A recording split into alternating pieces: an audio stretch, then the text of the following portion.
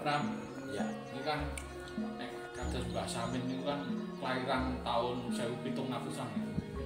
1800. Iku 1800. Niku nek pas zaman perjuangan kontribusi pada kemerdekaan apa niku? Kontribusi terhadap kemerdekaan mboten ukur, Pak. Mula riyen nate pernah diajukan oleh Blora ke pusat Ki Samin Surutiko sebagai orang proklamator pahlawan kemerdekaan itu, tapi oleh para DPR, MPR Waktu itu ya belum bisa mengadopsi hal itu. Sampai sekarang ya belum bisa mengakomodir itu ya. belum bisa. Nek istilahnya hidup pada zaman yang sama berarti kenal kali Bung Karno. CS ini. Oh CS ya malah. Oh. Cuma sepuh tebih. Sepuh Mbah Samin. Nggih, Mbah Samin tahun 1850-an pun mulai ngajar-ngajaran Jawa kuno, Jawa sikep. CS-ipun teng pundi niku, Pak? Nggih, CS-ipun ngeten. Kaya kehendakane ku hampir sama. Itu Visinya sama. Dibilang CS. Nggih, nggih. Terus garis perjuangannya yang beda. Gini, namanya garis perjuangan itu ada yang lewat dalam, ada yang lewat luar. Mbah Samin lewat dalam. Lewat dalam.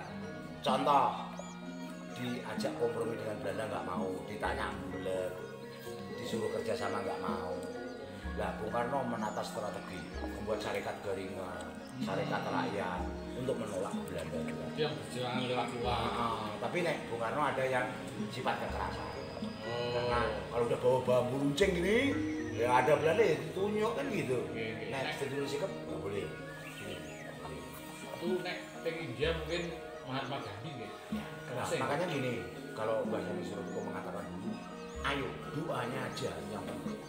Nah, dasar doa gini Pak, sedulur sikap itu dasarnya 3 berdoa itu, memohon pada yang kuasa. Itu dasarnya neng, neng, no. Neng niku napa niku, Pak? Ngeten, pada waktu kita memohon, manembah, itu kita harus diam, hati semerah. Neng meneng niku. Meneng, pasrah kali sing kuwasa. Neng dalam arti pada waktu kita manembah, pikiran kita harus bening, jernih. Urusan 1000 singkirkan, fokus manembah. Urusan 1000 urusan duniawi. Iya, mungkin urusan sama saudaranya, sama anaknya atau ibunya gitu. Fokus manembah, itu disingkirkan. Nong dalam arti pada waktu kita manembah harus dunung. Saya manembah itu kepada siapa? Dan saya pakai cara apa? Termasuk kowe mohon apa ki kudu dunung sing Dunung, mbok jelas, apa niku. jelas. Bahasa nung tadi dunung, cetok, gamblang, jelas. Kita menuhun pakai cara apa? Kita menuhun kepada siapa? Apabila hasil untuk apa kan gitu. Jangan sampai kita memohon bagus-bagus untuk nyantet. Aduh, yo repot. Jelas tujuannya. Nah, iya toh. Tujuannya kan untuk kebaikan, untuk kerukunan, untuk kejujuran. Fokusnya nanti ke tingkat seger waras lagi. Enten biasanya kan ada jenengan ngomong lancar ilmune saiki to Mbak. Kita kan kula pancing pertanyaan kok gatuk iso jawab. Kula sing ngumpet malah niku. Gini. Niku niku. Namanya ilmu. Nggih. Itu kan dari faktor pendidikan tadi. Nggih. Maka kalau ada orang tanya, apa sih pendidikan? Pendidikan itu ilmu. Ilmu itu ada beberapa versi. Kalau ilmu pertanian, ilmu matematika, ilmu bahasa Indonesia, bahasa Inggris, itu bisa didapat di bangku sekolah. Tapi ilmu yang kita punya seperti tadi, itu ilmu pendidikan keluarga. Jadi kawruh-kawruh dari pitutur-pitutur itu di bangku sekolah nggak ada. Termasuk belajar pada lingkungan, pada alam. Iya, nah itu namanya pendidikan kemasyarakatan. Jadi makanya Pramugi dulu hanya SD kelas 4, tapi mengapa?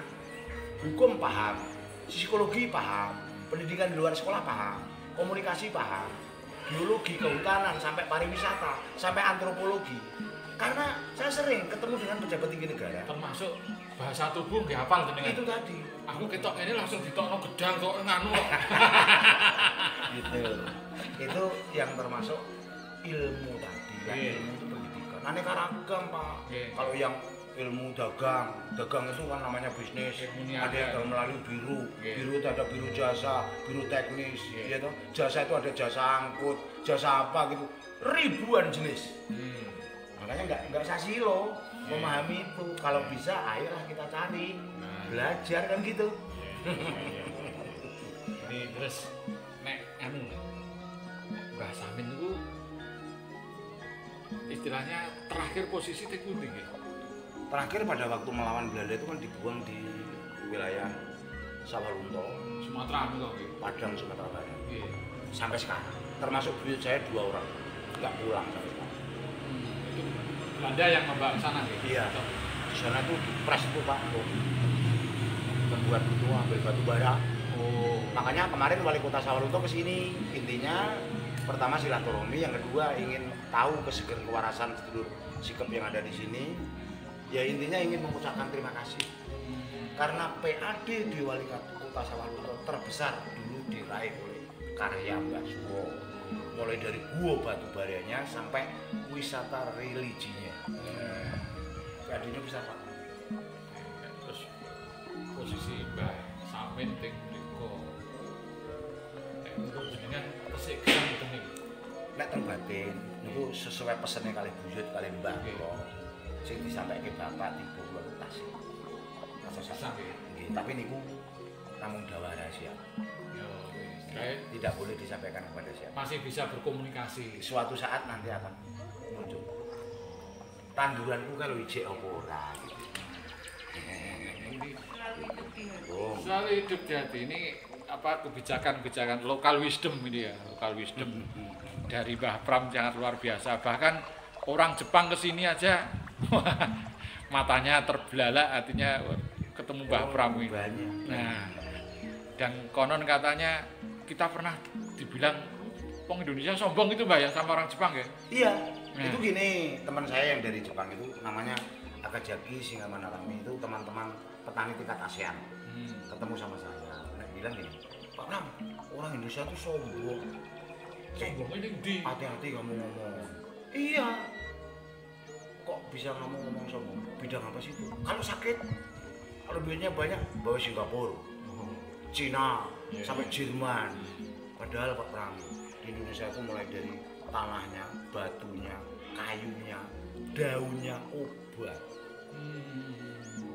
Kesombongan dia di situ, dia nggak mau mencari kronologi obat ini, daun ini, obat ini, kayu ini nggak mau dia. melakukan riset lebih dalam itu. Iya.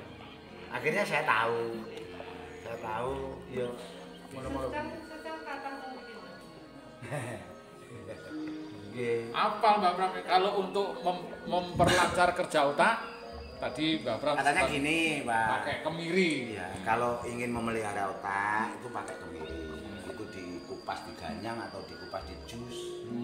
Kalau mata, bukan katanya wortel, bisa diganyang atau di jus gitu. Kalau telinganya agak kopok gitu, itu jamur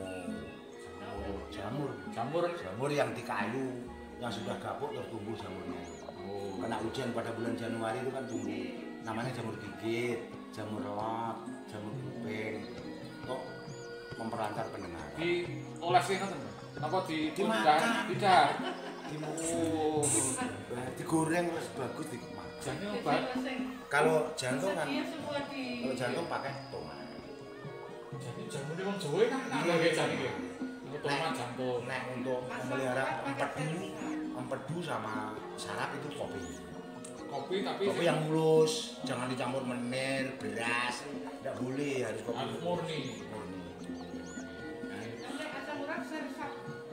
Banyak bu yang asam urat. Makannya diatur sembuh. Itu kan kebanyakan makan yang mengandung kolesterol.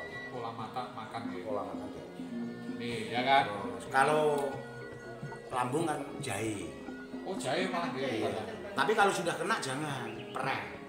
Sebelum kena sering minum jahe. Itu lambungnya terpelihara. Kalau tulang, seledri dan sebagainya. Lebih kan guru kesehatan buku. Cuma enggak diangkat jadi dokter. Wah, angkat dini. Angkat dini. Ya, itu ya. Besok kapan-kapan saya akan sowan lagi ke dalamnya Mbah Pram yang ilmunya sangat luar biasa, tidak terduga-duga. Wah, ini ya. Makanya ikuti terus perjalanan saya selama mudik di Cepu.